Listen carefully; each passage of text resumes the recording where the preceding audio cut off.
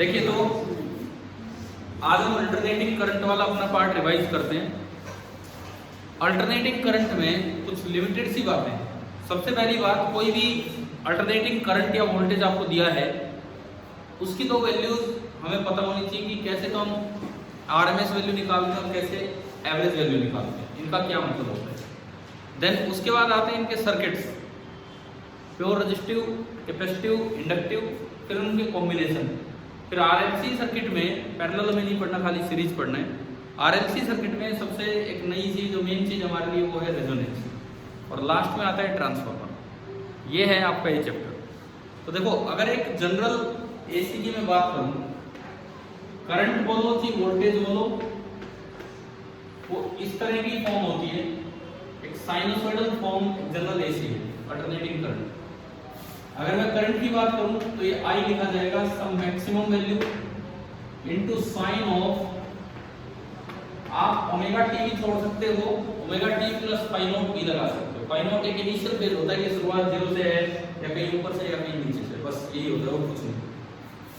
कोरस्पोंडिंगली आपकी वोल्टेज भी होती है, साइनसॉइडल वोल्टेज V बराबर Vm into sine of some phase. इस साइन के आगे जो रहता है पूरा हमारा फेज ही होता है, ठीक है। अब इसमें देखो, इसको बोलते हैं peak value. Peak value, maximum value कहां तक जा रहा है, I। अब दो चीजें, दो टर्म्स हम बोलते हैं यहाँ पे, एक एवरेज वैल्यू और एक आरएमएस वैल्यू। एवरेज या डीसी वैल्यू का क्या मतलब है? एवरेज या डीसी वैल्यू का फिजिकल मीनिंग क्या है? इसका ये मतलब है, देखो एवरेज वैल्यू, पहली बात तो ये दिमाग में रखो, या तो एक half cycle positive pay define होगी या फिर ओनली नेगेटिव पे। इकट्ठा दोनों पे डिफाइन नहीं होगा, वो जीरो ही हो जाएगा। तो अगर आप एक हाफ साइकिल पे एवरेज वैल्यू डिफाइन करते हैं तो इसका मतलब होता है तो कोई वेरिएबल करंट जा रहा है, कभी कम है, कभी ज्यादा हुआ, कभी बहुत ज्यादा हुआ, फिर कम हुआ, यानी कि चार्ज निकलने का रेट अलग अलग है। कभी बहुत तेजी से चार्ज निकल रहा था, कभी धीरे धीरे। इन वेरिएबल रेट्स की बजाय अगर मैं एक कांस्टेंट रेट से करंट को आगे भेजता रहूं और इस पूरे इंटरवल में, पूरे इंटरवल मतलब 0 से लेकर T/2 टाइम में अगर उतना ही करंट, उतना ही चार्ज आप फ्लो करवा दें क्रॉस सेक्शन से जितना कि इस वेरिएबल सप्लाई ने किया है, तो वो जो कांस्टेंट रेट होगा उसे क्या बोलेंगे, इसकी एवरेज वैल्यू। मतलब क्या कि अगर मैं इसकी बजाय एक डीसी सप्लाई बनाऊं, कांस्टेंट डीसी 0 से T/2, और इसके नीचे का एरिया और इसके नीचे का एरिया दोनों सेम हो, area under current and graph give charge phloem. अगर ये और ये एरिया दोनों सेम हो, चार्ज फ्लोन आपको सेम दिया जाए, तो ये जो कांस्टेंट वैल्यू है ये उसकी क्या हो जाएगी, एवरेज। ठीक है, इसका जो एरिया होगा यानी कि charge phloem, that is given by integral I dt 0 से लेके T/2। और इसका जो एरिया होगा वो तो रेक्टेंगल है, तो लेंथ इनटू ब्रेड्थ, तो इसका जो एरिया होगा delta Q, that is equal to average I into T/2। उसका एरिया वैसे निकलेगा, इसका एरिया लेंथ इनटू ब्रेड्थ से। इन दोनों को अगर आप इक्वेट कर दें तो एवरेज I निकल के आ रहा है इंटीग्रल I dt 0 से लेके T/2 डिवाइडेड बाई क्या, T/2। ये आपका एवरेज करंट, ठीक है ना। ये कुल मिला के ये आपका एवरेज करंट है इस तरह से। अब अगर इसमें साइनसॉइडल करंट की मैं वैल्यू पुट करूं तो ये बनता है integral Im sin omega t 0 से T/2 divided by T/2, where t क्या चीज है, t ये टाइम है जो कि होगा 2 पाई बाई ओमेगा। क्या क्या क्या, हाँ ठीक है, dt भी आएगा ना। इंटीग्रेशन बड़ा आसान है। साइन का इंटीग्रेशन क्या होता है, माइनस कोस, और जो एक्स्ट्रा टर्म है t के साथ उससे डिवाइड करना पड़ेगा। तो अगर आप इस इंटीग्रेशन को आगे बढ़ाएं तो जो एवरेज I चला, तो एवरेज I आपका चला वो आया, Im कांस्टेंट बाहर आया, sin ओमेगा t का minus cos omega t divided by omega, limit 0 से लेकर T/2 और डिवाइडेड बाई T/2। ओके, मैं ओमेगा को लिख सकता हूं क्या, 2 पाई बाई टी, ठीक है। टी से टी कटा, 2 से 2 कटा, कैंसिल हो गए इस तरह से। अब अगर मैं ये वैल्यूज पुट करूं, omega into T by 2 is pi, क्योंकि ओमेगा खुद क्या होता है 2 पाई बाई टी, ओमेगा होता है 2 पाई बाई टी, और इनटू टाइम की जगह पुट करोगे T by 2, omega into T by 2 कितना बचेगा, पाई बचेगा।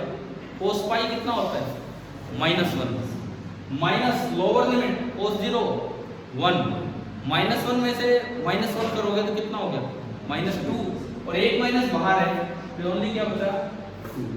This is 2 by pi times peak value. हम इसे इस तरह याद रखते हैं आई पीक अपॉन पाई बाई। कोई भी साइनसोइडल एसी होगा उसकी एवरेज वैल्यू निकालनी हमें आनी चाहिए। सिंपल सा तरीका है I maximum upon pi by.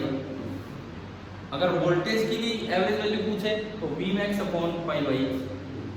लेकिन ये एवरेज वैल्यू केवल हाफ साइकिल पे डिफाइन होती है, और वो भी कैसी हाफ साइकिल, या तो पूरी ही पॉजिटिव हाफ साइकिल हो या फिर पूरी ही कैसी हो नेगेटिव हाफ साइकिल, या तो कंप्लीट पॉजिटिव हाफ साइकिल हो या फिर कंप्लीट नेगेटिव हाफ साइकिल, उस पर डिपेंड।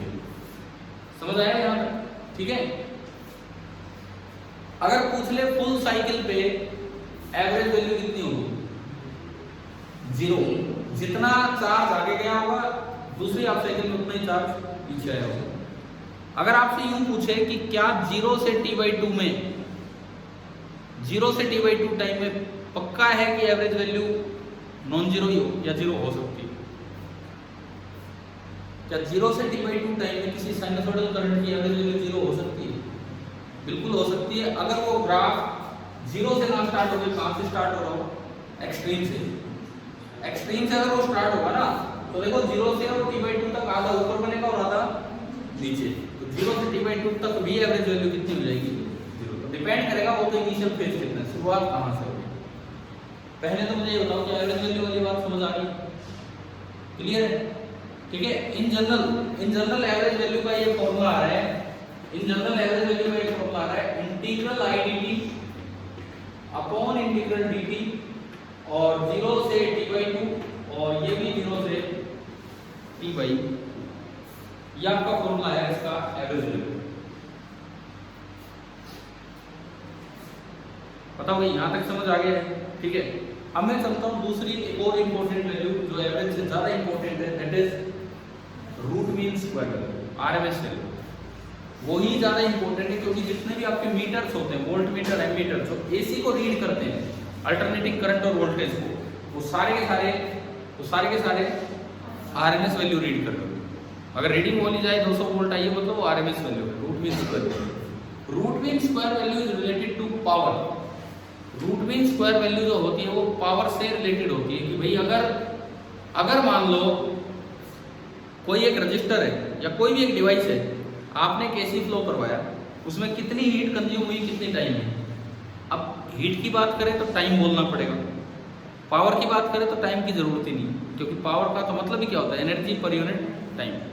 जितनी पावर उस वेरिएबल एसी की वजह से उस डिवाइस ने कंज्यूम की है, अगर उसकी बजाय मैं कांस्टेंट करंट भेज दूं, कांस्टेंट डीसी करंट, और उतनी ही पावर वो कंज्यूम कर ले या उतने टाइम उतनी हीट वो जनरेट कर दे, तो वो जो कांस्टेंट वैल्यू है वो क्या हो जाएगी उसकी आरएमएस या इफेक्टिव वैल्यू या वर्चुअल वैल्यू, ये भी टर्मिनोलॉजी यूज कर देते हैं। अब अगर मैं रूट मीन स्क्वायर का जनरल फॉर्मूला दूं तो देखो, रूट मतलब है ये ऑफ मीन यही होता है जो अंदर लिखा है, ऑफ स्क्वायर्स का मतलब आई नहीं बल्कि क्या बनेगा आई स्क्वायर, और ये जो फॉर्मूला बना ये किसी भी करंट के लिए आई आरएमएस देगा। In general root mean square value इससे दी जाएगी I RMS equal to square root of integral I square dt upon integral dt। ये आपका जनरल तरीका है, ठीक है। जैसे अगर मैं इसी साइनसोइडल करंट की बात करूं, समझ आएगा, नाम से पता लग रहा है क्या किया हमने, नाम से समझ आ रहा है। पहले मीन लिया, मीन भी स्क्वायर का लिया, तो आई का स्क्वायर करके उसका मीन लिया और फिर पूरे का अंडर रूट कर दिया, ठीक है। अगर आप इस तरीके से इस करंट की आरएमएस वैल्यू निकालें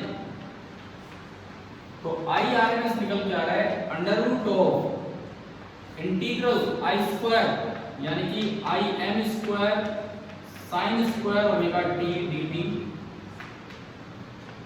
अपॉन इंटीग्रल dt।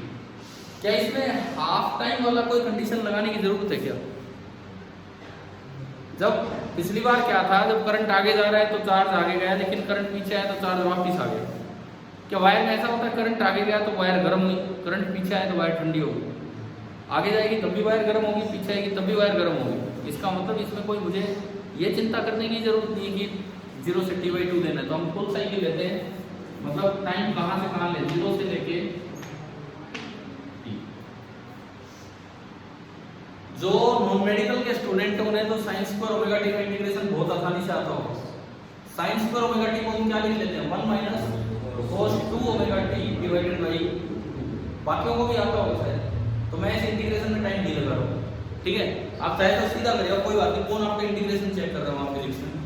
तो ये जो वैल्यू आप सोल्व करके निकालोगे तो ये निकल के आती है I maximum divided by under root, यही आती होगी, आपको ध्यान होगा, कर रखा है सारा काम, ठीक है। 1/√2 को अगर पॉइंट्स में याद करना हो, that is √2/2, √2 is 1.414, so this is nearly 0.7 times I max। Same relation voltage के लिए भी वैलिड है, Vrms is 0.7 time V max। अब हम कहते हैं कि हमारे घर में 220 वोल्ट की सप्लाई आती है, ये 220 वोल्ट आरएमएस वैल्यू है कि पीक वैल्यू है कि एवरेज वैल्यू? RMS value. ये जो हमारे घर में ये 220 वोल्ट मीटर रीड करते हैं, तो जो घर में सप्लाई आती है वो आरएमएस वैल्यू होती है 220 वोल्ट पर, ठीक है, जो हम बोलते हैं। अगर पीक वैल्यू पूछी जाए तो यहाँ से देखो, जो आप रीड कर रहे हो वो तो 220 वोल्ट के प्रोडक्ट होके, यानी कि पीक वैल्यू लगभग 310-311 वोल्ट के आसपास है। 310-11 को अगर मैं 0.7 से मल्टीप्लाई करता हूँ तो 220 के आसपास जाता है। समझ आ गया ये क्या है? क्लियर है? तो पहले बताओ, हमने चैप्टर की शुरुआत की है, क्या ये दो टर्म्स आपको क्लियर होगी? पीक वैल्यू तो एक स्टार्टिंग थी, उससे दो चीजें निकली, उसकी टर्म में एक एवरेज वैल्यू और एक आरएमएस वैल्यू। डीसी वैल्यू कभी नाम आ जाए तो किसको बोलते हैं? Average value. इफेक्टिव वैल्यू नाम आ जाए तो आरएमएस वैल्यू, ठीक है। और खाली यूं आ जाए AC of 200 volt is applied, मतलब आरएमएस वैल्यू है, जो रीडिंग आ रही है वोल्ट मीटर में वो है। और इन मीटर्स को हम बोलते हैं hot wire meters. Hot wire meter बोलने का कारण यही है कि ये हीटिंग इफेक्ट ऑफ करंट पे बेस्ड है इनकी वर्किंग। जो भी वोल्ट मीटर एमीटर होंगे ना ये वाले। सवाल आ जाए क्या मूविंग कॉइल गैल्वेनोमीटर ऐसे भी काम करेगा? नहीं करेगा, क्योंकि moving coil galvanometer DC value read करता है और एवरेज वैल्यू इसकी कितनी होती है पूरी साइकिल पे? 0। क्या इतनी बात समझ आ गई है कि नहीं? ठीक है। इसके बाद देखो, चलिए स्टार्ट करते हैं। ये हमने शुरुआत की केवल टर्मिनोलॉजी पे हम गए कि भाई क्या है क्या नहीं। अब इसके बाद मैं थोड़ा सर्किट पार्ट की तरफ चलूं तो एक फेजर जैसी चीज का आइडिया होना चाहिए, जो हम +1 से पढ़ते आ रहे होते हैं ऐसे से भी। फेजर क्या होता है? एक वेव को रिप्रेजेंट करने का एक मैथमेटिकल तरीका है।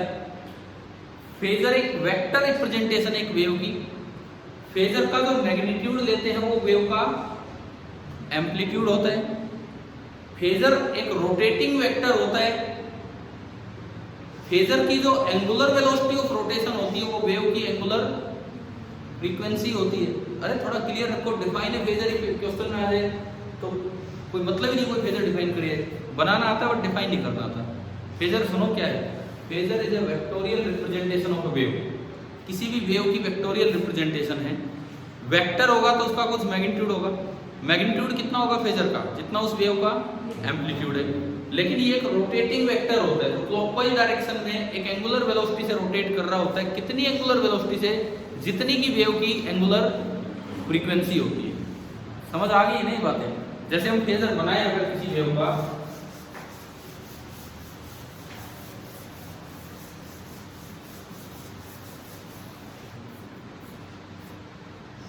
देखिए अगर हम फेजर बनाए, सपोज आपको वोल्टेज दी है Vm sin ओमेगा t और कोई करंट दिया है Im sin omega t plus π/3। मान लो ऐसा कुछ दे दिया और बोला है कि आप इसका फेजर डायग्राम बनाओ, तो हमको t बराबर 0 टाइम पे ही फेजर बना लेंगे। फेजर बनाने के लिए आपको टाइम बताना पड़ेगा, नहीं तो ये रोटेटिंग वेक्टर होता है। तो लेट हम टाइम मान के चल रहे हैं, t कितना 0। आप जो एक्सिस दिखाएंगे उनके नाम डालने की जरूरत नहीं, कौन सा एक्सिस है कौन सा नहीं। वैसे रियल इमेजिनरी होता है लेकिन हम यहाँ ये चीजें नहीं बताएंगे, ठीक है। अब पहले v का फेजर बनाते हैं। ये वेव जैसी इक्वेशन है, फेजर t इक्वल टू 0 पे इसका फेज कितना है 0, तो इसका फेज इस लाइन पे बनेगा, ठीक है। t इक्वल टू 0 पे इसका फेज यहाँ बनेगा। कितना मैग्नीट्यूड बनाऊं फेजर का vm, कितना इस वेव का एम्पलीट्यूड है, ये बना। अब दूसरा करंट का फेजर, t इक्वल टू 0 पे करंट का एंगल कितना है, फेज एंगल π/3, तो वो स्टार्ट ही π/3 एंगल से हो रहा है, एंटी क्लॉकवाइज लेना होता है। और कितना उसका एम्पलीट्यूड im, तो आप ये जो वेव बनाएंगे, सॉरी जो फेजर बनाएंगे उसका मैग्नीट्यूड कितना लेंगे im, और ये जो एंगल है ये एंगल कितना π/3। जब आपको फेजर डायग्राम बनाने आ रहे हैं ये इक्वेशन देखिए। अगर आपसे पूछा जाए t टाइम पे बनाओ फेजर, अगर आपसे पूछा जाए कि भाई t टाइम पे फेजर बनाओ,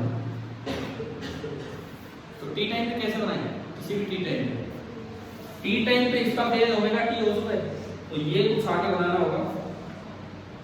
हमें नहीं पता ये कहाँ आ चुका है, जहां भी आ चुका था ये एंगल कितना टर्न कर चुका था ओमेगा t, और इसका एम्पलीट्यूड जो था वो इस फेजर का मैग्नीट्यूड vm। दूसरा ओमेगा t प्लस π/3, तो वो तो इससे 60 डिग्री आगे ही चल जाएगा, π/3 और इसका एम्पलीट्यूड कुछ नहीं दिया हो तो t बराबर 0 पे बना दिया। फेजर क्या होता है, क्या क्लियर हो गया? Phasor is a vectorial representation of a wave whose magnitude is equal to the amplitude of the wave and whose angular velocity of rotation is equal to the angular frequency of the given wave। समझ आया ना, ये आपका होता है phasor. इससे थोड़ा आसानी क्यों हो जाती है कि इससे जो ट्रिग्नोमेट्रिकली टफ इक्वेशंस आती है जिनको सोल्व करना मुश्किल हो जाता है, फेजर से आसानी से दिख जाती है कि क्या है क्या नहीं। क्लियर? अब इनके साथ अगर मैं स्टार्ट करूं, वैसे ये चीज इस साल हटा दी, अभी आपने बताया पावर फैक्टर और ये सब है ना, हटा दिया ना पावर फैक्टर, पर मैं बता देता हूँ एक वेव में, एक सर्किट में करंट और वोल्टेज के बीच का जो एंगल होता है उसे बोलते हैं पावर फैक्टर एंगल। और इसका अगर आप कोसाइन ले लें, इस एंगल का अगर आप कोसाइन ले लें तो वो आपका होता है पावर फैक्टर। पावर फैक्टर किसी भी सर्किट का मतलब है कोस ऑफ दिस एंगल। और पावर भी हटा दिया तो हम उसके प्रूफ पे नहीं जा रहे, बाकी एक फॉर्मूला था एवरेज पावर कंज्यूम। देखो पावर हटने से ना कई चीजें हट गई, आपके बुक में आप देखोगे कई चीजें, मतलब जहां बार बार पावर का जिक्र होगा किसी भी सर्किट में वो हट गया, हर एक सर्किट में से पार्ट हटा दिया।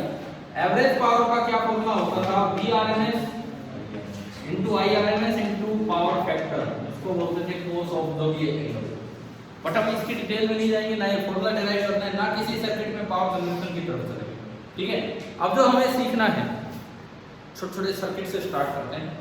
पहले pure R, pure L, pure C, तीन ये, फिर RL और RC, 3 2 5, LC पे बाद में, ठीक है, 3 और 2 5, उसके बाद RLC सीरीज, पैरेलल वाला नहीं पढ़ेंगे, वो आएगा नहीं आपके बोर्ड में।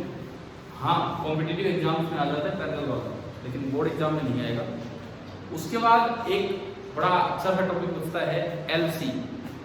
RLC पढ़ने के बाद हम समझेंगे कि LC क्या है। क्लियर है? चलें स्टार्ट करें अपना काम सर्किट वाला। तो सबसे पहले हम देखते हैं प्योर रेजिस्टिव सर्किट।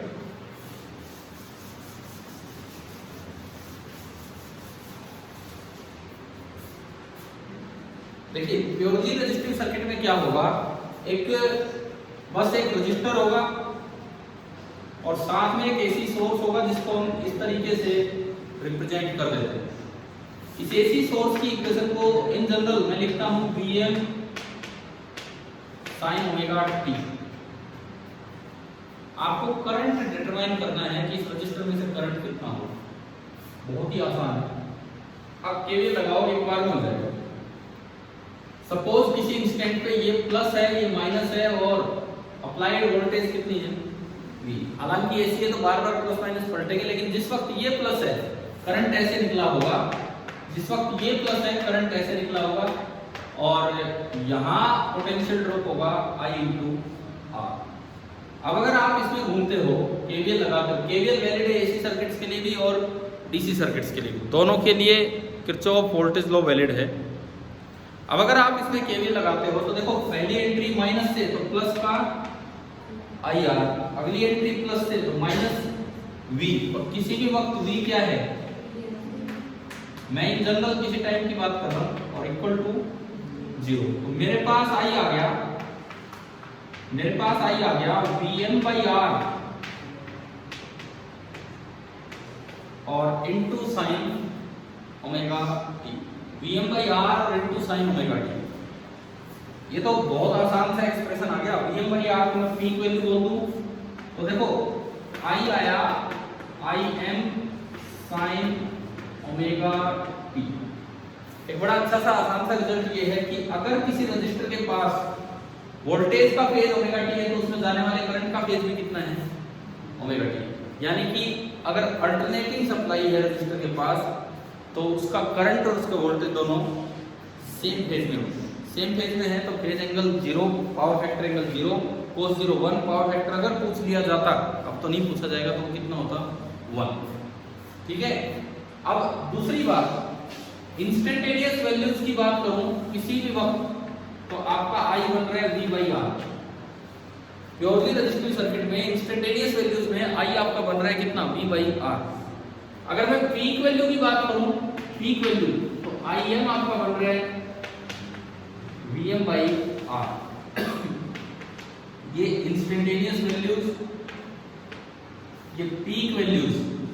और अगर मैं √2 से डिवाइड कर दूं दोनों साइड तो Im/√2 क्या होगा, IRMS और Vm/√2 VRMS। यानी कि RMS का भी रिलेशन यही होता है, IRMS = VRMS अपॉन R। अगर आपकी बुक में इनके ग्राफ नहीं हो तो जिस वक्त वोल्टेज का ग्राफ ऊपर है करंट का भी ऊपर मिलेगा, वोल्टेज का नीचे है तो करंट का भी नीचे मिलेगा, क्योंकि दोनों सेम पेज में चल रहे हैं। एक बार थोड़ा थोड़ा बुक से भी पढ़ते चले ताकि कवर हो। AC voltage applied to resistor, topic 7.2 है आपका। ये ग्राफ देखो फिगर 7.2, पेज नंबर 234 पे फिगर 7.2 देखिए। ये ग्राफ आ रहा है समझ में, जब वोल्टेज ऊपर करंट भी ऊपर, वोल्टेज नीचे करंट भी नीचे, इसका मतलब ये सेम फेज में। अब इसकी पावर वाला तो हम जिक्र नहीं कर रहे, नहीं तो काफी टाइम इसमें भी जाता होगा। ठीक है, चलिए आगे, चलिए आगे। सेकंड, दूसरा जो आपका सर्किट है, देखो इसमें काफी हद तक ये पावर वाली चीजें चली जा रही है, आरएमएस क्या होता है वो सब है, वो मैं नहीं करना। दूसरा जो आपका सर्किट है उससे पहले इन्होंने फेजर का जिक्र कर दिया, रोटेटिंग वेक्टर्स और फेजर। पेज नंबर 237 पे आप आइए, पेज नंबर 237। फेजर क्या होता है, ये सिंपल एक रोटेटिंग वेक्टर है, मैंने बताया आपको। एक बार फिर रिपीट करता हूँ, फेजर एक ऐसा रोटेटिंग वेक्टर है जिसका मैग्नीट्यूड तो वेव का एम्पलीट्यूड होगा, और जिसकी angular velocity anti clockwise direction में उतनी होगी जितनी वेव की एंगुलर फ्रीक्वेंसी ओमेगा। क्लियर। उसके बाद AC voltage applied to inductor है, और फिर शायद एक कैपेसिटर होगा। हाँ, तो अगले दो टॉपिक ये हैं, अप्लाइड टू इंडक्टर और अप्लाइड टू कैपेसिटर। छोटे छोटे टॉपिक हैं, फटाफट हो जाएंगे अगर हम पावर हटा दें इनमें से। देखो करें दूसरा क्या दिया इसमें, इंडक्टर। मान लो आपने यहां कोई इंडक्टर कनेक्ट कर दिया, L इंडक्टेंस है इसकी, तो ये उसका सिंबल है। अब अगर इसमें भी किसी समय ये प्लस माइनस V, तो आपको पता हो, शायद पता तो होगा ही, रजिस्टर में जब I करंट एंटर करता है तो जहां से एंटर करे वो प्लस, दूसरा माइनस, और बीच में लिखते हैं IR। कैपेसिटर की जो दो प्लेट्स होती हैं, अगर plus Q minus Q charge है तो जिस पे प्लस है वो हाई पोटेंशियल, माइनस है लो, और बीच में Q/C। और इंडक्टर में जहां से करंट एंटर करे वो प्लस, दूसरा माइनस, और बीच में लिखते हैं LdI/dt। ये होता है। तो यहां अगर मैं लिखूं तो ये बनेगा L × DI/dt plus minus L × DI/dt। ठीक है, चलो फिर लगाते हैं केवीएल। एक चीज दिमाग में डाल लो, प्योरली रेजिस्टिव सर्किट में केवीएल लगाते ही आई आएगा, प्योरली इंडक्टिव सर्किट में केवीएल लगाने से डीआई आएगा, हमें इंटीग्रेट करके आई लाना पड़ेगा। प्योरली कैपेसिटिव सर्किट में केवीएल लगाने से क्यू आएगा और हमें डिफरेंशिएट करके क्या लाना पड़ेगा, आई। ठीक है, तो इसमें इंटीग्रेशन की सहायता लेनी पड़ेगी। पहले इसमें ये लगाते हैं, पहली एंट्री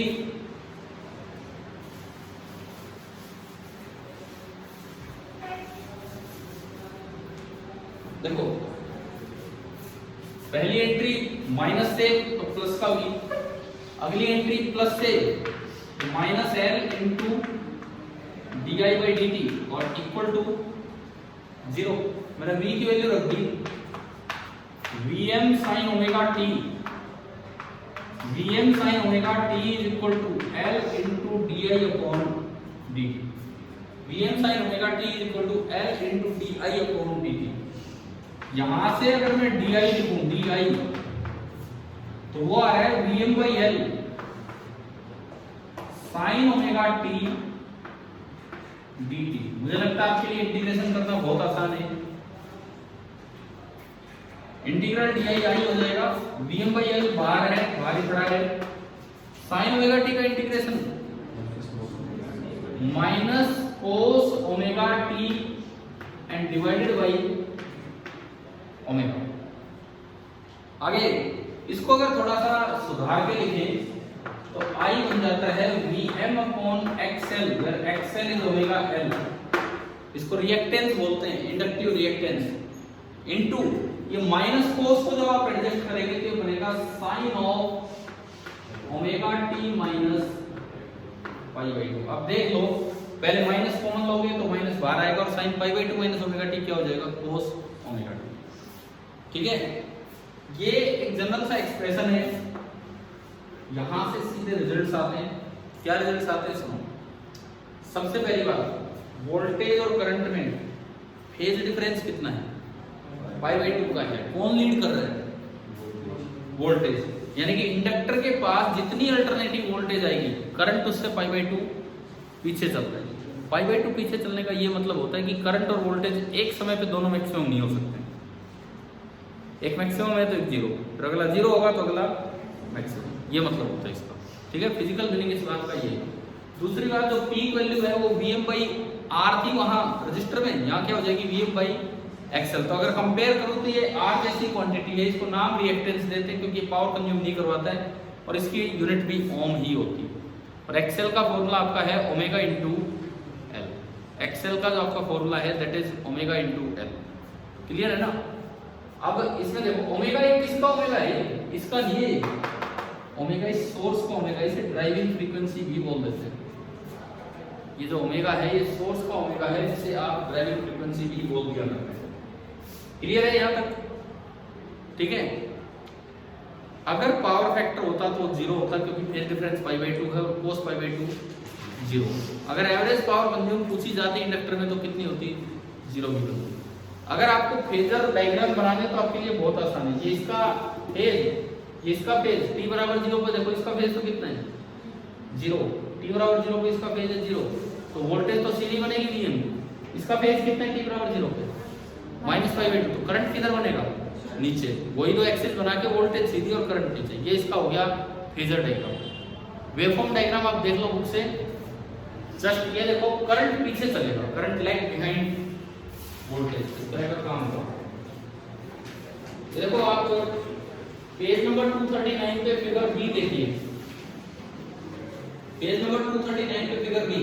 जिस वक्त वोल्टेज 0 है, करंट अभी नीचे पड़ा है, फिर वोल्टेज टॉप में मैक्सिमम पे पहुंच गई तो करंट 0 पे आया है। समझ गए हो ना ये चीज, current is lagging behind the voltage bye an angle pi by 2। बाकी सब काम पावर से रिलेटेड है जो हम यहां नहीं करने वाले। अच्छा, कभी कभार इन शॉर्ट ऐसे पूछ लेते हैं कि अगर मैं इसका रिएक्टेंस बढ़ाऊं ना, सॉरी इसका ओमेगा बढ़ाऊं, ड्राइविंग फ्रीक्वेंसी बढ़ाऊं, तो बताओ किन चीजों पर क्या क्या फर्क पड़ेगा। सबसे पहली बात, ओमेगा बढ़ाने से एक्सएल बढ़ेगा, डायरेक्टली प्रोपोर्शनल है। एक्सएल बढ़ेगा तो पीक वैल्यू ऑफ करंट कम होगी, समझ रहे हो। पीक वैल्यू ऑफ करंट कम होगी तो कोई जैसे बल्ब है कुछ है तो उनकी ग्लो भी कम हो जाएगी, इस तरह का काम हो जाएगा। क्लियर है। अगर ओमेगा कम करते हो तो ये उल्टा काम होगा। क्लियर है ना ये चीज?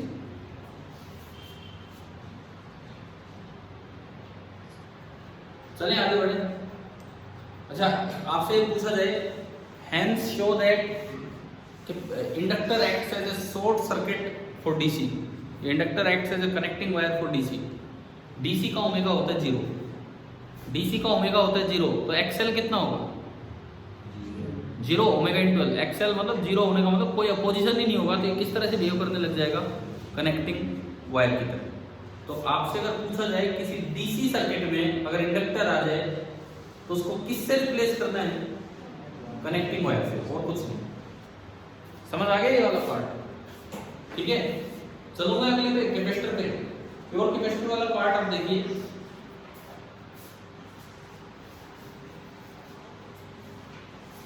तीसरा आपका है कि आपने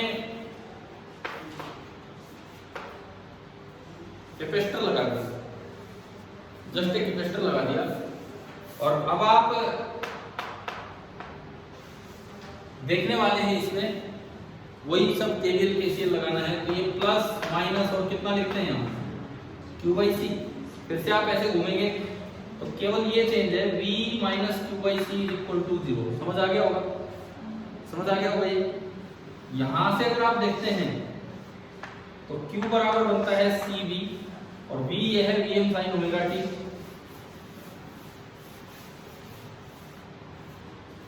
तो अगर मैं Q लिखूं तो बनेगा C into Vm into sine omega t। लेकिन Q नहीं, मुझे करंट चाहिए, तो इस पर क्या करें? डिफरेंशिएशन। इंडक्टर वाले में इंटीग्रेशन किया था, रजिस्टर वाले में डायरेक्ट आया था, इसमें कर देंगे डिफरेंशिएशन। तो जो I आपका होगा, I that will be equal to dq by dt। जब I बनेगा that will be equal to dq by dt। C into Vm तो बाहर आ गया, ठीक है। साइन ओमेगा टी का डिफरेंशिएशन क्या होगा? कोस ओमेगा टी और इनटू ओमेगा। आप अगर उसी फॉर्म में इसे लिखना चाहें तो ये इस तरह नजर आएगा, Vm upon 1 by omega C, और कोस ओमेगा टी को मैं लिख सकता हूं sine of omega T plus pi by. Capacitor में करंट का ये एक्सप्रेशन है, कैपेसिटर में करंट का ये एक्सप्रेशन है, और ये जो नीचे जो भी क्वांटिटी आई है इसको अगेन हम x से रिप्रेजेंट करते हैं, लेकिन x for c, capacitive reactance. और इसमें खास बात ये है कि x जो है कैपेसिटेंस का वो इनवर्सली प्रोपोर्शनल है किसके? ओमेगा के, जबकि इंडक्टर में डायरेक्टली था, तो उल्टे रिजल्ट्स होंगे। समझ आ रहा है ना? ये इस ओमेगा को हम बोल देते हैं ड्राइविंग फ्रीक्वेंसी। सोर्स में आपने ये जो सोर्स ले रखा उसकी फ्रीक्वेंसी। इस बार फेज डिफरेंस कितना है? करंट और वोल्टेज पाई बाई 2, लेकिन करंट लीड कर रहा है, वोल्टेज पीछे चल रहा है पाई बाई 2। अब इन तीनों सर्किट्स में मैं एक खास बात आपको ये बता दूं, अगर तीन रिलेशंस की हम बात करें, वेवफॉर्म डायग्राम आप देख लोगे किताब से वैसी है। इस बार करंट आगे चलेगा इस तरह से। आपने प्योर R पढ़ा, प्योर L पढ़ा और प्योर C पढ़ा। इसमें जो रोल R का है वो रोल इसमें XL का है, जिसको हम बोलते हैं ओमेगा इनटू L, और वो रोल इसमें XC का है, जिसको हम बोलते हैं 1 अपॉन, इन तीनों की यूनिट ओम है। यहाँ जो पीक वैल्यू होती है वो होती है Vm बाई R। यहाँ जो पीक वैल्यू होगी Vm बाई, और यहाँ पीक वैल्यू होगी Vm by XC। Divide by root 2 कर दो तो यही सेम रिलेशन दोनों तीनों में किस में लग जाएगा? आरएमएस में। लेकिन अगर मैं बात करूं इंस्टेंटेनियस वैल्यू की, आप यहाँ तो ये लिख सकते हैं, यहाँ तो ये लिख सकते हैं, परंतु यहाँ ये नहीं लिख सकते हैं, ना ही यहाँ आप ये लिख सकते हैं। इसका क्या कारण है? इसका कारण है फेज डिफरेंस। इसका केवल और केवल कारण है फेज डिफरेंस। आपने ये देखो, ये इक्वेशन बना रखी है करंट की, ये इक्वेशन है वोल्टेज की। अगर मैं वोल्टेज की इक्वेशन को XC से डिवाइड कर दूं तो क्या करंट बन रहा है? पर इधर ध्यान दो, वोल्टेज की इंस्टेंटेनियस वैल्यू को अगर मैं XC से डिवाइड कर दूं तो Vm बाई XC तो आ गया, Vm बाई XC तो आ गया, लेकिन क्या आ गई ये चीज? आ गई ये चीज नहीं आई ना। फेज अलग होने की वजह से इंस्टेंटेनियस वैल्यूज में ये रिलेशन वैलिड नहीं है, क्योंकि इनकी तो ऐसी है इंस्टेंटेनियस वैल्यू v0 हो रहा है i मैक्सिमम हो रहा है, i0 हो रहा है v मैक्सिमम, तो ये रिलेशन तो वैलिड है ही नहीं। अब बताओ pure r, pure l, pure c तीनों समझ आ गए हैं कि नहीं? रिजल्ट्स की बात करें, केवल एक एक रिजल्ट फेज वाली बात। प्योर r के क्रॉस, प्योर r छोड़ो, किसी सर्किट में कहीं अगर रेजिस्टेंस है तो उसके पास एसी वोल्टेज और एसी करंट दोनों सेम फेज में होंगे, ठीक है। अगर किसी सर्किट में इंडक्टेंस है तो कौन आगे होगा 90 डिग्री, कौन पीछे होगा? वोल्टेज 90 डिग्री आगे होगी और करंट 90 डिग्री पीछे। और अगर किसी सर्किट में कैपेसिटेंस है तो करंट 90 डिग्री आगे होगा और वोल्टेज 90 डिग्री पीछे। क्या यहाँ तक समझ आ गया? अब मैं चलूँ दो के कॉम्बिनेशन पे। दो का कॉम्बिनेशन अगर हम देखें कोई RL या RC इस तरह का,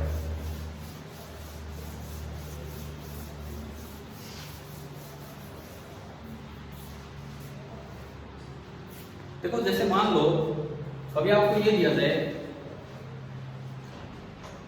कि ये एक RL सर्किट है और ये आपने सोर्स लगा दिया, वैल्यू इसकी ले लें सपोज 200 sin 100 pi t, इतने वोल्ट, ऐसा यूनिट में है, इतने वोल्ट इसकी वैल्यू है। R आपको दे दिया 100 ओम, ठीक है।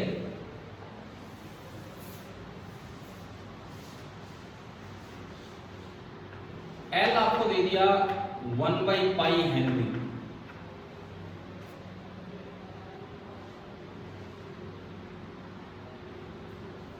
अब पूछा जाएगा कि इस सर्किट को सिंप्लीफाई करो, इसमें करंट वरंट बनाओगे सब, तो सबसे पहले आपको ना एक डायग्राम बनाना आना चाहिए, इंपीडेंस ट्रायंगल डायग्राम। क्या होता है इंपीडेंस ट्रायंगल? ये इंपीडेंस डायग्राम, ये R होता है, ये X होता है और ये नेट इंपीडेंस होती है जो R और X दोनों के इफेक्ट को शामिल करती है। R कितना है सर्किट में? 100 ओम। X जो है वो XL है, कितना है? Omega into L। ओमेगा कितना है यहाँ से ड्राइविंग ओमेगा? 100 पाई है, ओमेगा टी होता है 100 pi into 1/π, omega into L 100 pi into 1/π कितना होगा ये? 100 ओम। XL जो होगा that will be 100 ohm. Clear? समझ आ रहा है यहाँ तक? उसके बाद देखो Z इंपीडेंस, नेट इंपीडेंस, ये भी ओम में ही होती है, पाइथागोरस से निकलेगा तो ये आएगा 100 इंटू √2 ओम, ठीक है। दूसरी बात, ये फेज एंगल है पाई नॉट। वैसे तो यहाँ तक बड़ी अच्छी वैल्यू आ गई, हमें दिख रहा है 45 डिग्री, 1045 बने, π/4 है। अब देखो जो नेट करंट होगा वो कैसे लिखा जाएगा? जो करंट होगा वो कैसे लिखा जाएगा? उसकी पीक वैल्यू होगी, वोल्टेज की पीक वैल्यू अपॉन, अगर प्योर R होता तो डिवाइड बाई R होता, किसी में XC किसी में XL, अगर दोनों तीनों चीजें आ रही तो डिवाइड बाई Z होता है इंपीडेंस। तो वोल्टेज की पीक वैल्यू कितनी है? 200 डिवाइडेड बाई नेट Z कितना है? 100 इंटू √2। समझ आ रहा है नहीं? समझ आ रहा है क्या कर रहे हैं? इंटू, अब मैं बात करूं फेज की, जितना इसका फेज है या तो उसमें इतना एंगल जोड़ना होगा, भाई ये जो इंपीडेंस डायग्राम है उससे पता लगता है, जितना वोल्टेज का फेज है या तो करंट उससे π/4 आगे मिलेगा या करंट उससे π/4 पीछे मिलेगा। अब वो इस पे ध्यान दो आप, R तो करंट को कुछ नहीं कहता, आगे जा पीछे जा कुछ नहीं कहता। L किसको आगे रखता है और किसको पीछे? करंट को पीछे और वोल्टेज को आगे। अगर केवल L होता तो 90 डिग्री से करंट को पीछे कर देता, लेकिन R की वजह से वो इतना पीछे नहीं कर पाया, तो उसने कितना पीछे किया होगा? π/4। तो जो करंट आपका बनेगा sin 100 पाई t और माइनस क्या हो जाएगा? π/4। आया कि नहीं है? समझ तो सर्किट कैसे एनालाइज करना है, क्लियर है ना? अगर प्योर पढ़नी है तो वही है,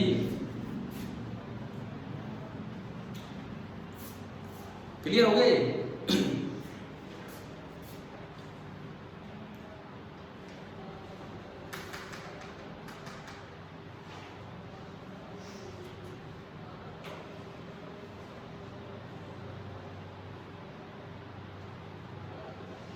अब मान लो इसी क्वेश्चन को मैं आरसी में लेके जाऊं, इसी क्वेश्चन को अगर हम आरसी सर्किट में लेके जाएं तो आपको कुछ ये इस बार मैं हटाऊं इसको यहां से, करंट अब लिखना है।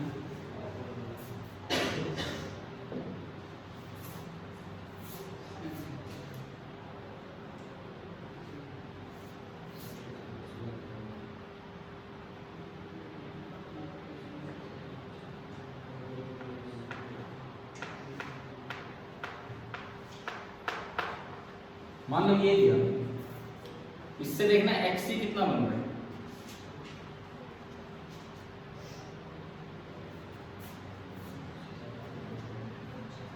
XC कितना बना इसमें 1/ωc।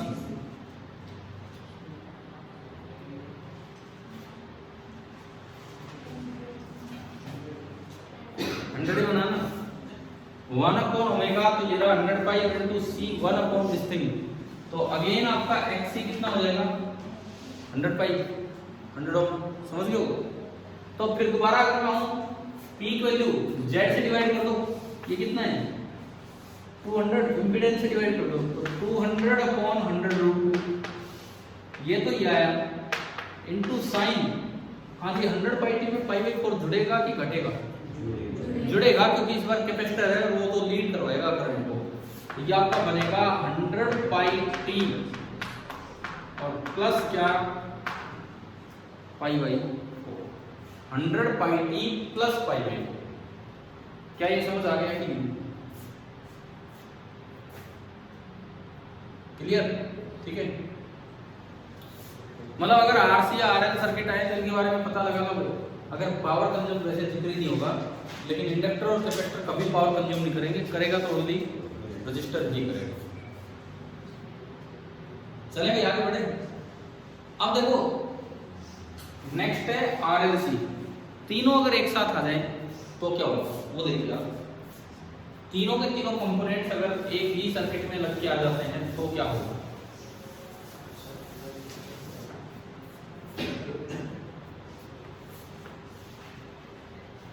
सपोज ये R है, ये L है और ये C है। R, L और C, ये तीन चीजें आपने एक साथ ली सीरीज में।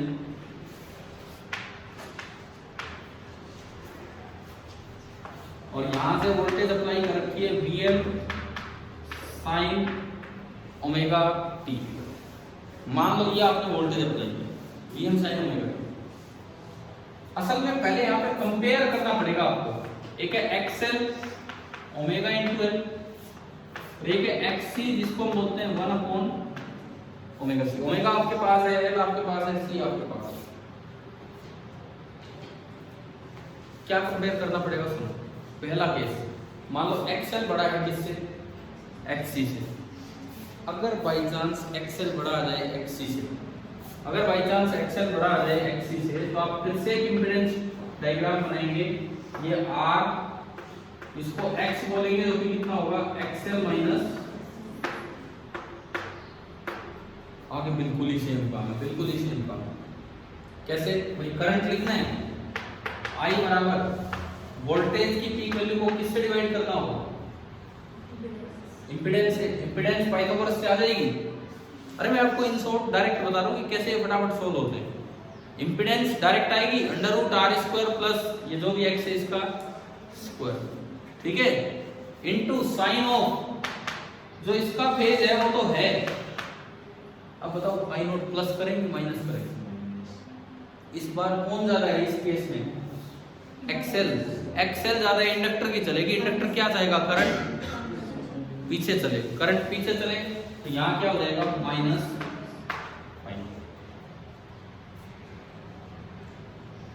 पहला केस आया समझ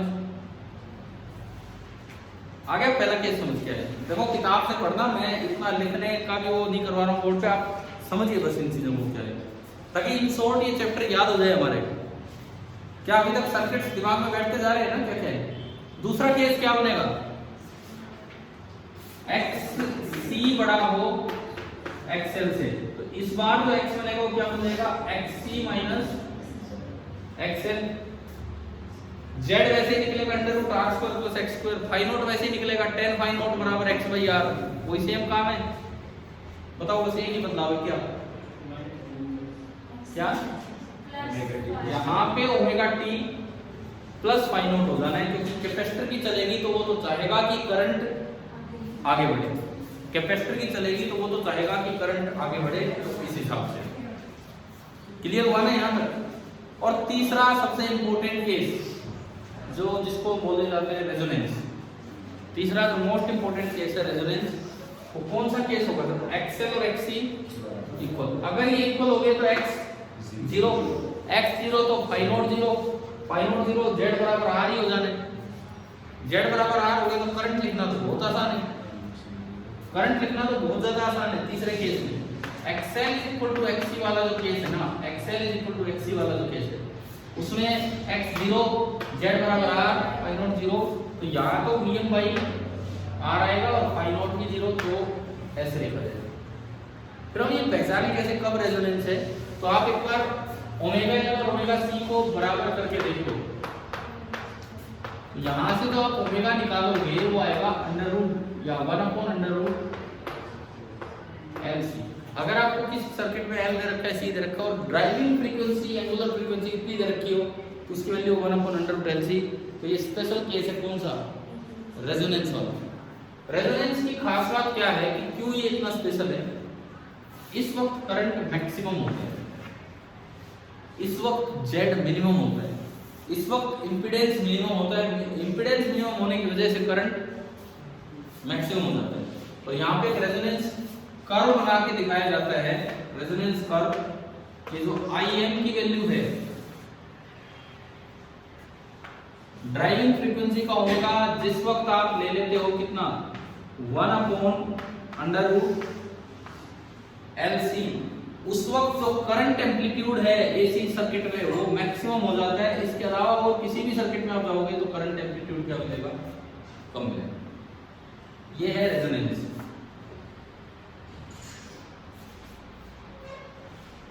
समझ आ रहा है? देखो ये अपना अलग AC है, ये अलग AC है, ये अलग AC है, लेकिन यहाँ एम्पलीट्यूड कम है और यहाँ एम्पलीट्यूड ज्यादा है। हम टाइम के साथ नहीं दिखा रहे करंट, वो तो AC रहेंगे साइनसॉइडल, हम तो कह रहे हैं अलग अलग सर्किट्स में अलग अलग ओमेगा ले रहे हैं, करंट का एम्पलीट्यूड कैसे चेंज होता है। रेजोनेंस पे एम्पलीट्यूड ऑफ करंट मैक्सिमम है, तो जो पावर सप्लाइड है सर्किट को वो भी मैक्सिमम ही है। क्लियर है? अब देखो हमारे जो ये टीवी चैनल्स होते हैं सब रेजोनेंस पे काम करते हैं। कैसे? आपके पास आपके घर में LCR सर्किट है, मान लो रेडियो सेट की मैं बात करूँ, उसमें वो चैनल चेंज करने का कोई बटन होता है, हम घुमाते हैं चैनल चेंज होते रहते हैं, उन पर ना फ्रीक्वेंसी भी लिखी रहती है 92.7 मेगाहर्ट्ज, 98.3 मेगाहर्ट्ज, सुनी होंगी ये फ्रीक्वेंसी। इस तरह से वो क्या बताते हैं, दरअसल आप जब उसको घुमाते हो तो आप कैपेसिटेंस चेंज कर देते हो, सर्किट का कैपेसिटेंस वेरिएबल होता है, कैपेसिटेंस चेंज होगा, कैपेसिटेंस अगर चेंज होगा उससे क्या फर्क पड़ेगा? सुनो मैं बताता हूँ उससे क्या फर्क पड़ेगा। इस RLC सर्किट की एक नेचुरल फ्रीक्वेंसी है जो है 1/√LC, क्योंकि +1 क्लास में पढ़ाया जाता है SHM के समय। रेजोनेंस तब होता है जब इस सोर्स की ड्राइविंग फ्रीक्वेंसी और सिस्टम की नेचुरल फ्रीक्वेंसी दोनों सेम हो जाए। पढ़ाइए, अगर ओमेगा बराबर 1/√LC पे रेजोनेंस हो रहा है उस सर्किट में, ये तो बाहर से आने वाला एक सोर्स है और ये सर्किट है आपका, यानी कि सर्किट की नेचुरल फ्रीक्वेंसी कितनी है? 1/√LC। ये कहाँ से पता लगता है? अगर आप सर्किट में कोई सोर्स ना लगाओ, कोई रेजिस्टेंस ना दो, केवल एक L लो और केवल एक C लो, C को चार्ज करके छोड़ दो तो उसमें एनर्जी ऑसिलेट होती है, कभी L में जाती है, कभी C में जाती है, कभी L में कभी C में, तो उन सब से ओमेगा निकलता है, तो सर्किट की नेचुरल एंगुलर फ्रीक्वेंसी कितनी निकल के आती है? 1/√LC। इसीलिए हमें पता लगा कि जब बाहर वाली फ्रीक्वेंसी ओमेगा ड्राइविंग 1/√LC है तो सिस्टम में क्या हो रहा है? रेजोनेंस हो रहा है। क्लियर है? अब सुनो, ये चैनल है, ये ड्राइविंग स्टेशन है आपके घर में, ये रेडियो सेट है ऊपर, बाहर से दुनिया भर के चैनल आ गए, रेडियो मिर्ची, रेड FM, समझ लो ना, ये जो भी है सबकी अपनी अपनी फ्रीक्वेंसी होती है। ये चैनल वाले जब भी बोलते हैं अपनी फ्रीक्वेंसी साथ बोलते हैं। क्लियर है? उनका क्या कहना है? उनका कहना है कि हमारे चैनल की जो भी चीजें हैं वो आ रही है मान लो 98.3 मेगाहर्ट्ज पे। अब जिसको ये सुनना हो वो अपने सर्किट की नेचुरल फ्रीक्वेंसी बना दो 98.3 मेगाहर्ट्ज। कैसे? सी को चेंज करके।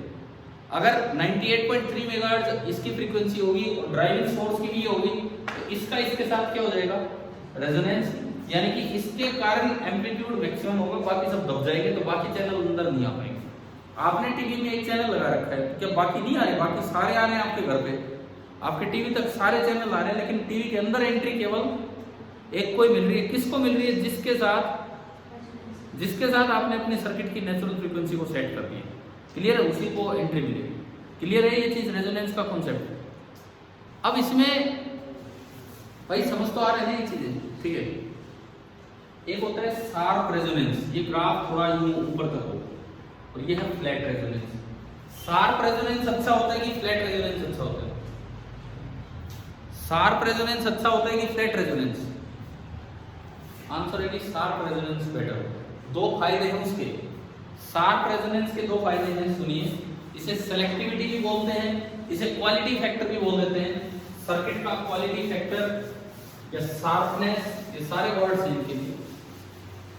शार्प रेजोनेंस का पहला फायदा तो ये दिख रहा है कि जो करंट एम्पलीट्यूड है वो काफी ज्यादा है। करंट एम्पलीट्यूड काफी ज्यादा है तो जो पावर सप्लाई होगी वो भी बहुत ज्यादा होगी। दूसरा जो ज्यादा अच्छा फायदा वो सुनिए।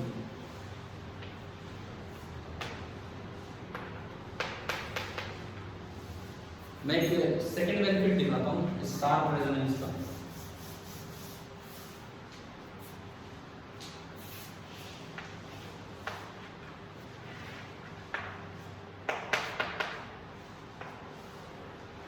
एक तो ये वाला रेजोनेंस है और एक ये वाला रेजोनेंस है।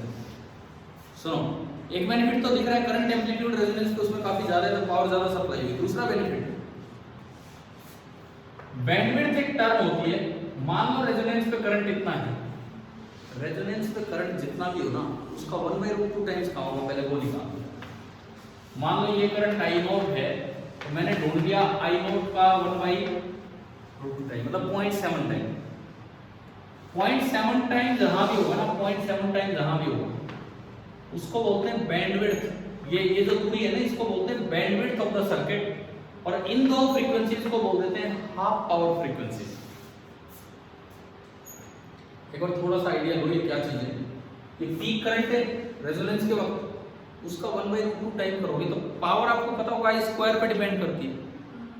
तो अगर मैं इसका स्क्वायर करूंगा तो 1/2 हो जाएगी पावर। तो ये वो फ्रीक्वेंसीज है जहां पावर जितनी रेजोनेंस पे थी उससे आधी होगी, इसीलिए इन फ्रीक्वेंसीज को क्या कहते हैं? Half power frequencies. In half power frequencies के बीच की दूरी को 2 डेल्टा ओमेगा से रिप्रेजेंट करते हैं और इसको क्या बोलते हैं? Bandwidth of the circuit. थोड़ा बुक से पढ़ना, मैं थोड़ा मैं आपको पढ़ा रहा हूं, कुछ आप बुक से देख रहा हूं, है ना। This is called the bandwidth of the circuit. ये भी बड़ी स्पेशल फ्रीक्वेंसीज है भाई। यहां तो आपका रेजोनेंस हुआ था तो XC बराबर क्या था? XL। ओमेगा बढ़ाओगे तो XL बढ़ेगा। ये वो पॉइंट होता है जहां पे XL - XC R हो जाता है, और ये वो पॉइंट होता है जहां पे उस फ्रीक्वेंसी पे जहां पे XC - XL कितना हो जाता है? R। और वो पॉइंट था जहां पे XC बराबर हो जाता है किसके? XL। क्लियर है? ये इनके बीच की दूरी को बोलते हैं बैंडविड्थ। ये सर्किट तब अच्छे से काम करेगा, आपको चीजें तब ढंग से सुनाई देगी जब इस रीजन में कोई और चैनल नहीं आना चाहिए। बाहर से कोई और चैनल इस रीजन में आ गया तो उसके साथ रेजोनेंस हो रहा होगा और फिर गड़बड़ हो जाएगी। ठीक है, अब इसमें देखो इसमें पीक वैल्यू ये है I0। तो अगर आप इसका 1/√2 टाइम करोगे आप ये बताओ बहुत बड़ी बैंडविड्थ होगी एक लेस शार्प या लेस सेलेक्टिव सर्किट में बहुत बड़ी रेजोनेंस होगी। लेस सेलेक्टिव का मतलब इतनी दूरी तक सरकार गैप थोड़ी रहती है भाई। किसी को फ्रीक्वेंसी दे दी 98.3 मेगाहर्ट्ज, किसी को दे दी 92.7 मेगाहर्ट्ज, कोई 100.1 पे भी है। यूं थोड़ी कि 100 पे दे दिया तो दूसरा 150 पे मिलेगा, समझ रहे हो। तो अगर इतनी पास फ्रीक्वेंसीज हैं, जैसे मान लो यहाँ एक चैनल सरकार ने बांट रखा है, यहाँ एक चैनल बांट रखा है, यहाँ एक चैनल बांट रखा है, तो जब आप इस चैनल पे लगाओगे तो यही सुनाई देगा, बाकी दो इसकी बैंडविड्थ से बाहर हैं, तो वो इस सर्किट में कोई दखल अंदाजी नहीं करेंगे। यहाँ देखो इस चैनल का क्या होगा 1 2 3, आपने सुनना चाहा ये वाला, साथ में न्यूज भी आ रहे हैं, साथ में कुछ और भी आ रहा है। कई बार हो नहीं जाता है कि देखो कभी कभार ऐसा हो जाता है कि दो चैनल्स मिक्स होकर आने लग जाते हैं। कभी सुना है रेडियो पे ऐसा? कई बार ऐसा होता है कि बीच बीच में वो कंफ्यूजन क्रिएट कर देते हैं, कोई मैच की कमेंट्री भी आ रही है, बीच में गाना चल पड़ता है, फिर वो आ जाता है, फिर वो आ जाता है। तो एक्चुअली वो क्या हो रहा होता है, वो आपकी वहाँ पे बैंडविड्थ गड़बड़ा गई है और दो चैनल उस रीजन में आ गए। तो ज्यादा सेलेक्टिव कौन सा है जो अच्छे से सिलेक्ट करे, वो सार्क है। समझ आया? यहाँ पे आपकी बुक में ये पार्ट जो है, ये पार्ट एलसीआर सर्किट में दिया है, ये वही पढ़ लेना। रेजोनेंस वाला तो खासकर पढ़ लेना। रेजोनेंस वाला जो पार्ट है वो अच्छे से ही आप पढ़ ही लेना। आपको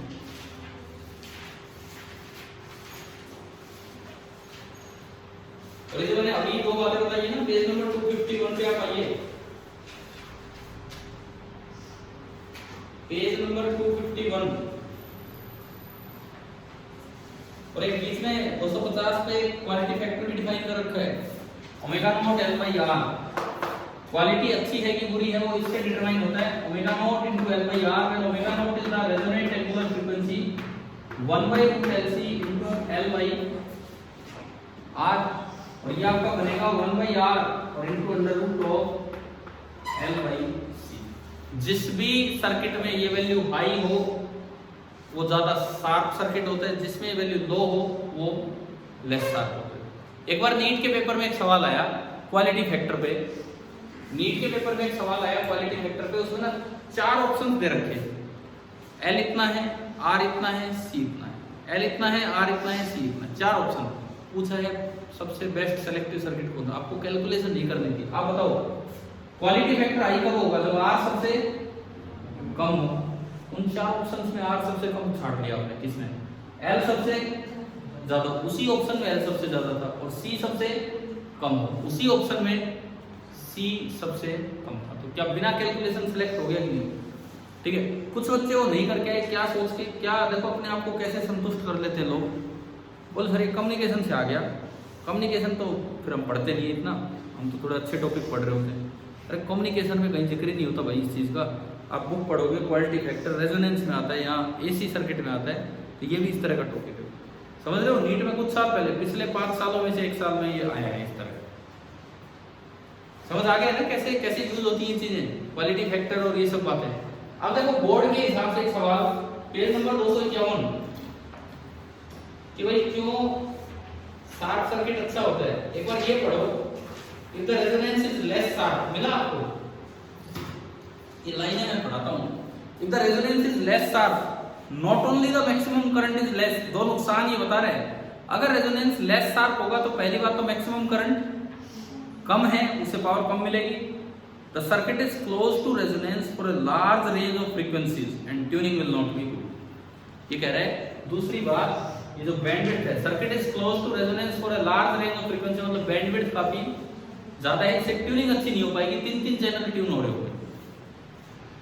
समझ आ गया है?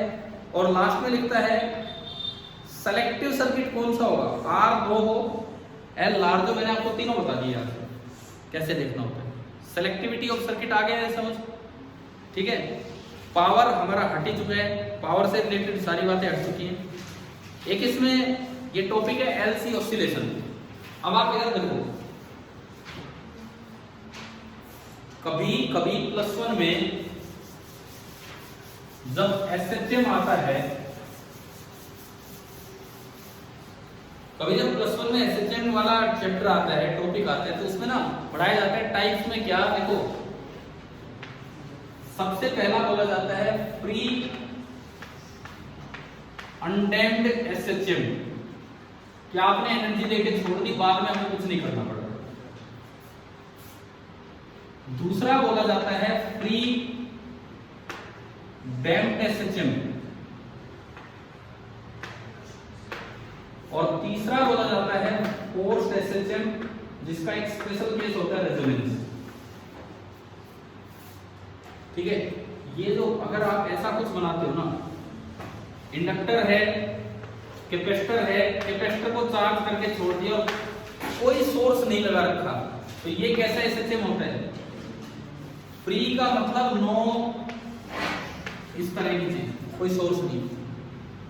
अनडैम्प्ड का मतलब है रेजिस्टेंस कितना है, 0। तो ये वाले जो एसएचएम होते हैं कौन से होते हैं, फ्री अनडैम्प्ड। समझ लो, फ्री डैम्प्ड का क्या मतलब होता है, सर्किट में सोर्स नहीं है लेकिन जो इंडक्टर है उसकी कुछ रेजिस्टेंस होगी, असल में इंडक्टर की रेजिस्टेंस होती होगी और साथ में कैपेसिटेंस, ठीक है। और वो तो हम पढ़ गए, अरे फोर्स एसएचएम अभी पढ़ गए। एक एलसी सर्किट आपने लिया, उसकी कुछ रेजिस्टेंस नहीं है, एलसी सर्किट, फोर्स एसएचएम में आपको बाहर से क्या लगाना पड़ा, 100। क्या आपने ये पूरा किया अभी जो हम पढ़ के आए वो कौन सा एसएचएम था, फोर्स एसएचएम। ये आपके होते हैं फ्री एसएचएम, ये अनडैम्प्ड और ये डैम्प्ड। एक सवाल बोर्ड में जो आ जाता है बोर्ड में कि फ्री अनडैम्प्ड एसएचएम तो पॉसिबल ही नहीं है एलसी सर्किट में, इसके कारण बताओ। 2 कारण है, फ्री एसएचएम अनडैम्प्ड इसलिए नहीं हो सकता, उसके 2 कारण है। पहली बात, प्योर इंडक्टर कभी होता ही नहीं है, हर एक इंडक्टर की थोड़ी बहुत क्या होगी, रेजिस्टेंस होगी, हर एक इंडक्टर की थोड़ी बहुत रेजिस्टेंस होगी, तो उससे एनर्जी का लॉस होता है। दूसरी बात, जब इनमें चार्ज ऑसिलेट करेगा तो कभी चार्ज की स्पीड बढ़ेगी और कभी चार्ज की स्पीड कम होगी, और चार्ज जब एक्सेलरेट करता है तो उससे ईएम वेव्स बाहर आती है, तो इसकी एनर्जी ईएम वेव्स के रूप में भी बाहर निकलेगी। तो इन 2 कारणों से अनडैम्प्ड नहीं रह सकता, इसकी एनर्जी तो कम होगी ही होगी। और अगर पूछा जाए इसकी नेचुरल फ्रीक्वेंसी ऑफ ऑसिलेशन कितनी है, वो है 1/√LC। अब इसमें तो लिमिटेड सी बात है, मैं आपको बताऊं। एलसी ऑसिलेशन में पेज नंबर 257 पे आप आइए, पेज नंबर 257 पे ये देखो लास्ट में 2 पॉइंट लिख रखे हैं। एक आने लायक सवाल है, एलसी ऑसिलेशन रियलिस्टिक क्यों नहीं है अनडैम्प्ड। अभी बता दिया मैंने आपको दोनों, एक तो इंडक्टर की कुछ ना कुछ क्या होती है, रेजिस्टेंस, और एक जब चार्ज ऑसिलेट करेगा तो उसमें से ईएम वेव्स बाहर आएगी। इस टेबल में से भी एक क्वेश्चन आ गया था, नीट में कहूं या एम्स में कहूं, दोनों में सवाल आ चुका है इस टेबल में से। ये टेबल दिख रही है आपको, एक टेबल नजर आ रही है, ये देखो नीट या एम्स उनमें से इनमें सवाल था, ये पूछ रखा था कि मास, जो स्प्रिंग ब्लॉक सिस्टम में मास का रोल होता है वो एलसी ऑसिलेशंस में किसका होता है, मास की जगह क्या है, एल, इनर्शिया का काम करता है। और जो स्प्रिंग ब्लॉक सिस्टम में के, फोर्स कांस्टेंट का रोल होता है, वो यहाँ किसका होता है, रेसिप्रोकल ऑफ कैपेसिटेंस। समझ रहे हो, डायरेक्ट सवाल आए हैं इनसे। ये मैं बताऊं आपको, ये जैसे मैंने अभी बताया वो क्वालिटी फैक्टर वाला 4 ऑप्शंस आ गए भाई। लोग बच्चे की बात कर रहा हूँ, बच्चे घूम रहे उस सवाल में, मतलब बच्चे घूमे जा रहे उस सवाल में, पता नहीं कहाँ से आगे आते, कम्युनिकेशन में ढूंढ रहे, आते कहीं से नेट पे डाल के देख रहे हैं। अरे अपनी किताब तो देखो एक बार, उसमें से ही तो सवाल बना के दे रहे हैं बार बार। आप अगर ये बुक भी ढंग से लास्ट तक भी ढंग से कवर कर जाओगे तो सारे के सारे क्वेश्चन हो जाएंगे, इस तरह का काम। अब आते हैं लास्ट टॉपिक, चलो मैं आगे बढ़ूं, आखिरी पार्ट, बिकॉज ये एनालिटिकली नहीं आती ये चीजें। हाँ, ये आ सकता है एग्जाम्पल 7.11, एग्जाम्पल 7.11 एक अच्छा सा क्वेश्चन है, आप एक बार देखना, सोल्ड है कि एलसी ऑसिलेशन में अगर आप अनरियलिस्टिक माने तो टोटल एनर्जी क्या रहेगी, कांस्टेंट। मतलब ना आप कोई रेजिस्टेंस मान रहे हैं, ना आप कोई लॉस मान रहे हैं in the form of EM waves, तो ये कांस्टेंट रहेगा। या एक बार पढ़ लेना यहाँ से। अब आते हैं चैप्टर का लास्ट टॉपिक, कौन सा, ट्रांसफार्मर। इसको बच्चे स्टार्ट करने से पहले ही खत्म कर देते हैं, मतलब इनका स्टार्टिंग ही नहीं होती इसमें ट्रांसफार्मर में। We know that Vs upon Vp बराबर Ns upon Np। Principle mutual induction, ठीक है जी। Working V secondary upon V primary बराबर number of turns in secondary upon number of turns in primary. Working खत्म। ये आ तो जाता है 5 नंबर का सवाल। एक बार आया बोर्ड में सीधा 5 नंबर का, उसमें 3-4 सवाल आ रहे हैं। पहला पार्ट, एक ट्रांसफार्मर की वाइंडिंग के 2 तरीके बताओ। देखो अगले पेज पे दोनों तरीके दे रखे होंगे, या तो एक मिडल लिम्ब पे, ये 3 लिम्ब्स बना रखे होंगे, मिडल लिम्ब पे आपने दोनों कोर को लपेट दिया, प्राइमरी और सेकेंडरी, या फिर 2 अलग अलग, ठीक है। 3 पार्ट में, एक पार्ट तो ये पूछा गया था। अब बच्चा अगर ट्रांसफार्मर वैसे रट के जा रहा है, यहाँ से पढ़ के नहीं जा रहा। एक पार्ट में पूछा था लॉस, तो वो लास्ट में लॉस बता रखे थे, लास्ट में लॉस बता रखे ना, और एक पार्ट में और कुछ पूछ रखा था उसके बारे में। आप ये बताओ ट्रांसफॉर्मर कितने बच्चों को आता है आप में से? एक। तो कल एक काम करना, अपना ट्रांसफॉर्मर पढ़ के आना, बिकॉज अभी थोड़ा टाइम ज़्यादा हो रहा है। कल आप ट्रांसफॉर्मर पढ़ के आना। मैं एक तो कल ट्रांसफॉर्मर बताऊंगा, ठीक है, एक तो हम ट्रांसफॉर्मर पढ़ेंगे और दूसरा फिर ईएम वेव। कल इसी के साथ हम अपना ये वाला कोर्स और सीबीएसई फिनिश कर रहे हैं, ठीक है। कल का टाइम भी वही है, शाम 6 बजे का। Thank you.